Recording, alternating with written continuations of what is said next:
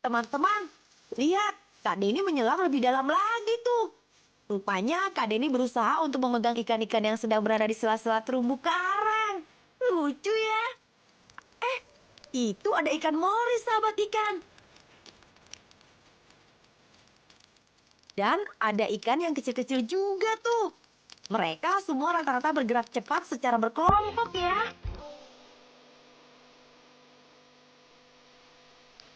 Sahabat ikan tahu mengapa mereka sebagian besar bergerak secara berkelompok. Mereka berenang secara berkelompok karena berguna sebagai sistem pertahanan mereka dari ikan yang lebih besar. Wah, mereka berenang dengan sungguh cantiknya ya teman-teman.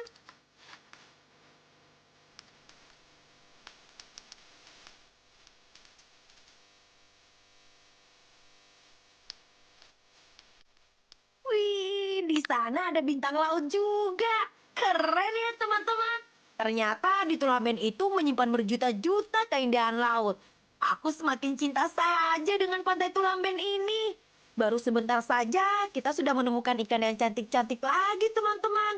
Dengan keindahan warna yang memukau dan bentuk yang unik-unik. Begitu maha kuasanya Tuhan kita ya sahabat.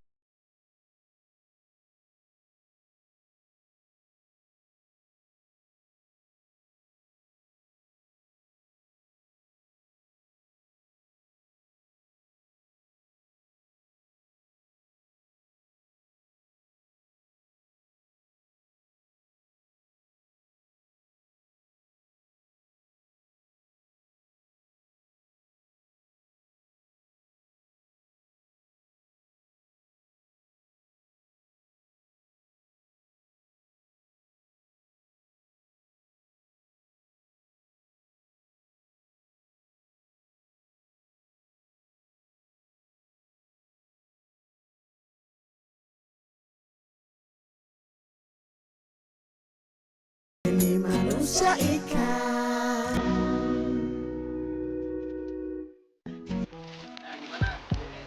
Lihat tuh, Kak Denny, Jason, Denny, dan Bagas. Sepertinya mereka kelelahan setelah berenang cukup lama.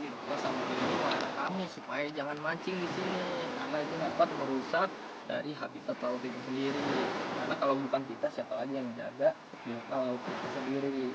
Itu juga Tuh, dengarkan ya sahabat ikan. Kita harus tetap menjaga kehidupan biota laut, sahabat ikan. Terima kasih Kak Denny. Kita dapat pelajaran lagi nih dari Kak Denny tentang biota laut. lagi sama teman tadi ini katanya guru nunjukin koral yang bentuknya kayak pesawat, kayak kapal gitu. Bagus. Kalian mau ikut aja ya? Wah, Kak Denny mengajak Janus, Denny, dan Bagas untuk diving tuh.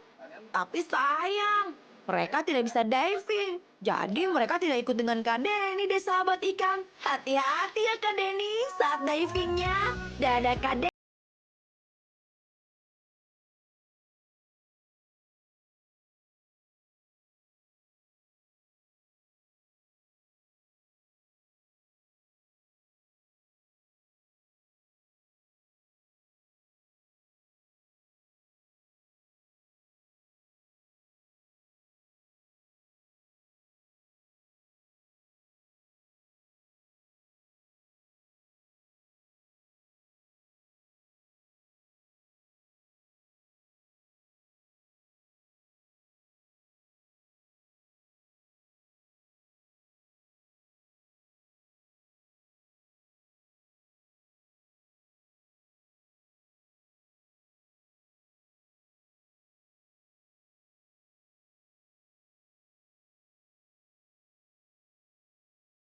Sahabat ikan,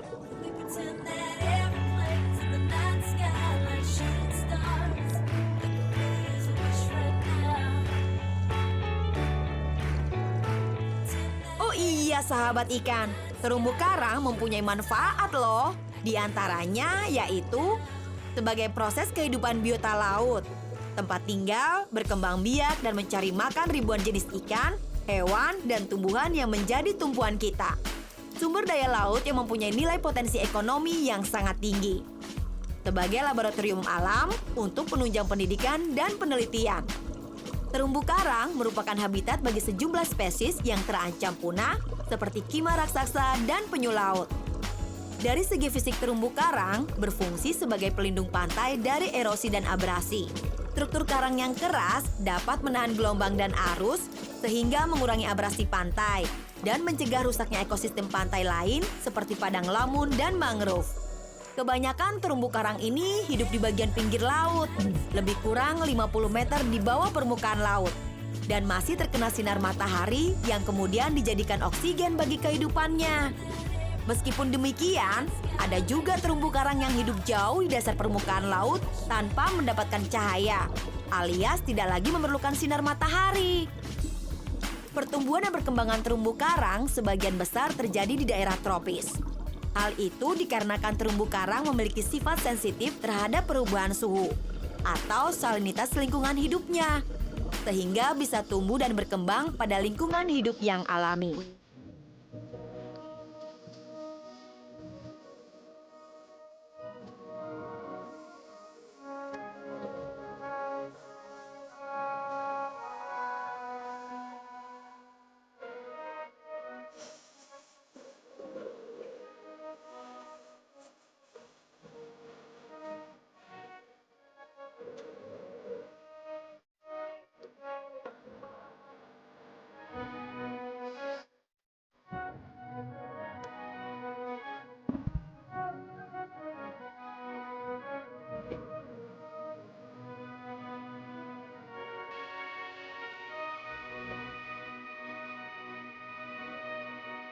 Tapi sahabat ikan tahu, Indonesia sebagai salah satu negara dengan status terumbu karang yang paling terancam loh. Selama 50 tahun terakhir, proporsi penurunan kondisi terumbu karang Indonesia telah meningkat dari 10% menjadi 50% sahabat ikan.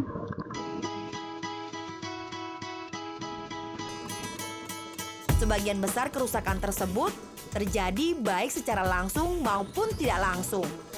Di antaranya, beberapa aktivitas manusia yang secara langsung dapat menyebabkan kerusakan terumbu karang, seperti menangkap ikan dengan menggunakan bom dan racun sianida atau potas, pembuangan jangkar, berjalan di atas terumbu karang, penggunaan alat tangkap morami, penambangan batu karang, serta penambangan pasir laut. Ancaman utama yang tercatat adalah pembangunan daerah pesisir atau polusi laut, sedimentasi, dan pencemaran dari darat, serta overfishing atau penangkapan sumber daya berlebih. Destructive fishing atau penangkapan ikan dengan cara merusak, dan pemutihan karang atau coral bleaching akibat pemanasan global. Padahal masa depan terumbu karang yang tersebar dalam aneka rupa warna memiliki manfaat yang sangat dibutuhkan manusia, di antaranya untuk kegiatan pariwisata, perikanan, dan perlindungan pantai. Namun sahabat ikan, banyak juga sebenarnya inisiatif dan upaya-upaya yang cukup komprehensif untuk konservasi yang sudah dilakukan. Tapi intinya, kita harus bekerja sama untuk terumbu karang dan masa depan yang lebih baik.